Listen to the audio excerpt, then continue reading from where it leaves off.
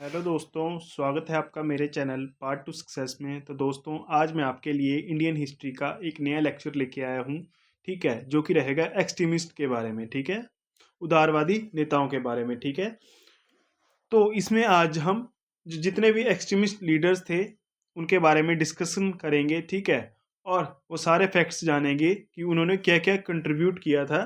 ठीक है, हमारे इंडिपेंडेंस के लिए। ठीक है, तो चलो शुरू करते हैं आज का लेक्चर। तो मैं थोड़ा सा आपको एक्सट्रीमिस्ट का बैकग्राउंड बता दूं। ठीक है, तो जो एक्सट्रीमिस्ट थे वो क्या करते थे, वो बॉयकॉट करते थे किस चीज़ का, फॉरेन गुड्स का। जो विदेशी वस्तुएं थी उनका जो था वो बॉयकॉट करते थे, और जो हमारे यहाँ की स्वदेशी गुड्स थी, स्वदेशी चीज़ें थी, उनको जो था वो प्रेरित करते थे, उनका यूज़ करते थे। ठीक है, इन्होंने जो था वो बात की थी किस चीज़ की, नेशनल एजुकेशन की। ठीक है, पैसिव रेजिस्टेंस का इन्होंने यूज़ किया था, स्वराज का इन्होंने यूज़ किया था। ठीक है, और जो कुछ एक्सट्रीमिस्ट थे उनके लिए स्वराज जो था वो क्या था, एक कंप्लीट ऑटोनॉमी थी। ठीक है, इंडिपेंडेंस थी। मतलब स्वराज को वो क्या मानते थे कि हमें स्वयं का रूल चाहिए।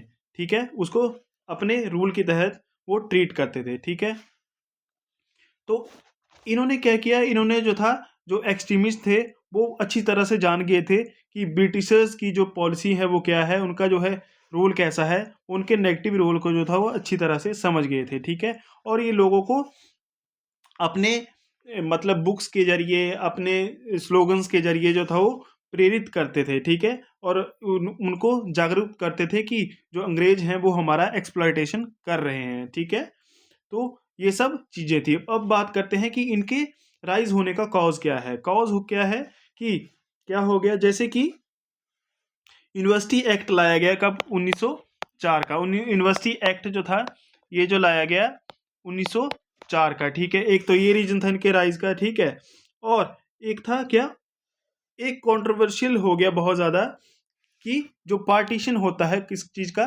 बंगाल का। बंगाल के पार्टीशन जो था, इसमें क्या हो गया, इसमें विभाजन कर दिया गया हिंदू और मुस्लिम का। ठीक है, और बताया क्या गया कि हम एडमिनिस्ट्रेटिव रीजन के कारण जो है इनका पार्टीशन कर रहे हैं। ठीक है, तो ये भी इनके राइज होने का कारण था। ठीक है, और एक और चीज होगी, जो चापेकर ब्रदर्स थे उनको डिपोर्ट कर दिया गया था विदाउट ट्रायल ही, कब, 1897 में। ठीक है, तो ये भी इनके राइज होने का एक कारण था। ठीक है, और एक्सट्रीमिस्ट का जो फेज है वो रहता है 1905 से लेके 1918 तक। ठीक है, तो चलो अब सबसे पहले हम लीडर्स डिस्कस करते हैं।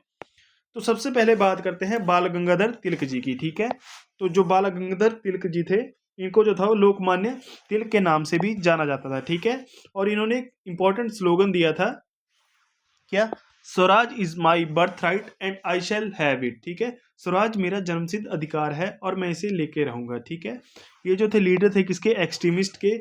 इन्होंने जो था वो फेस्टिवल भी शुरू करवाया, जैसे गणेश फेस्टिवल, शिवाजी फेस्टिवल जो है वो इनके ही हैं। वेरी वेरी इंपॉर्टेंट, बहुत बार एग्जाम में पूछे गए हैं। ठीक है, और कुछ न्यूज़पेपर जो हैं वो भी इन्होंने शुरू करवाए हैं, जैसे केसरी जो है और मराठा है। ठीक है, जो केसरी जो है वो मराठी में है, और जो मराठा है वो इंग्लिश में है। बहुत सारे बच्चे इसके नाम से कंफ्यूज होते हैं कि मराठा होगा तो मराठी लैंग्वेज में होगा, और केसरी है ये इंग्लिश में होगा। ठीक है, जो मराठा है वो इंग्लिश में है, और जो केसरी है वो मराठी लैंग्वेज में है। ठीक है, जो बाल गंगाधर तिलक जी थे, इन्होंने जो था वो होम रूल की भी शुरुआत की थी। होम रूल लीग जो है वो 1916 में चलाई गई थी, किसके साथ, एनी बेसेंट के साथ। ठीक है, जो होम रूल की शुरुआत, होम रूल लीग की जो शुरुआत की थी इन्होंने, वो की थी अप्रैल 1916 में। ठीक है, ठीक है, एक बुक भी बहुत इंपॉर्टेंट बुक है जो बार बार एग्जाम में पूछी जाती है, गीता रहस्य। गीता रहस्य नाम की बुक भी इन्होंने लिखी थी। ठीक है, और इनको जो है फादर ऑफ इंडियन अनरेस्ट जो है वो भी कहा जाता है, फादर ऑफ इंडियन अनरेस्ट। ठीक है, ये क्वेश्चन जो है काफी बार एग्जाम में पूछा गया है कि किसको फादर ऑफ इंडियन अनरेस्ट कहा जाता है, वो कहा जाता है बाल गंगाधर तिलक। मतलब असंतोषजनक का पिता भारत में किसे कहा जाता है, बाल गंगाधर तिलक जी को। ठीक है, अब आगे हम बात करते हैं लाला लाजपत राय जी की। ठीक है, इनको जो है पंजाब केसरी नाम से जाना जाता था। ठीक है, और ये पार्ट थे किसके, लाल बाल पाल, लाला लाजपत राय, बाल गंगाधर तिलक और बिपिन चंद्र पॉल, इन तीनों को मिलकर जो है लाल बाल पाल कहा जाता था। ठीक है, इन्होंने जो था लीड किया था किसको, एंटी साइमन कमीशन प्रोटेस्ट को। ठीक है, एंटी साइमन कमीशन प्रोटेस्ट को जो था वो इन्होंने लीड किया था, जिसके दौरान जो था इनको जो है लाठीचार्ज के दौरान जो था वो इंजरीज आई थी, जिस कारण जो था इनकी 1928 में मृत्यु हो जाती है। ठीक है, और इन्होंने फाउंड किया था किस चीज़ को, पंजाब नेशनल बैंक को जो था इन्होंने फाउंड किया था। Very very important question. ठीक है, तो ये चीज़ें आप ध्यान में रखोगे। इनको जो है पंजाब केसरी के नाम से जाना जाता था। और इनकी एक बहुत इंपॉर्टेंट बुक है, कौन सी, अनहैप्पी इंडिया। अनहैप्पी इंडिया, ये जो है बहुत इंपॉर्टेंट बुक है, किसकी, लाला लाजपत राय जी की।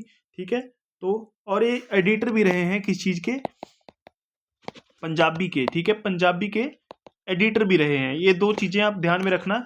ठीक है, अनहैप्पी इंडिया नाम की बुक इन्होंने लिखी थी, और ये एडिटर रहे किसके, पंजाबी के। ठीक है, ठीक है, अब आगे जानते हैं बिपिन चंद्र पॉल जी के बारे में। ठीक है, इनको जो है क्या कहा जाता है, फादर ऑफ रेवोल्यूशनरी थाउट। ठीक है, father of revolutionary thought in India इनको जो है कहा जाता है। ठीक है, इसको बिपिन चंद्र पॉल जी को। ये जो है इन्होंने भी एडवोकेट किया किसको, स्वदेशी को अपनाया। ठीक है, और बायकॉट किया किसका, फॉरेन गुड्स का। ठीक है, ये एडिटर रहे हैं किस चीज़ के, न्यू इंडिया के और वंदे मातरम के। न्यू इंडिया और वंदे मातरम के ये एडिटर रहे हैं। ठीक है, और ये असिस्टेंट एडिटर भी रहे हैं किसके, बंगाल पब्लिक ओपिनियन के। बंगाल पब्लिक ओपिनियन के भी ये असिस्टेंट एडिटर जो हैं वो रहे हैं। ठीक है, कौन, बिपिन चंद्र पॉल। और इनको क्या कहा जाता है, father of revolutionary thought in India. अब आगे जो इंपॉर्टेंट लीडर हैं वो कौन है, अरविंदो घोष जी। ठीक है, इनकी भी एक्सट्रीमिस्ट आइडियोलॉजी थी। ठीक है, ये भी एडिटर रहे हैं वंदे मातरम के।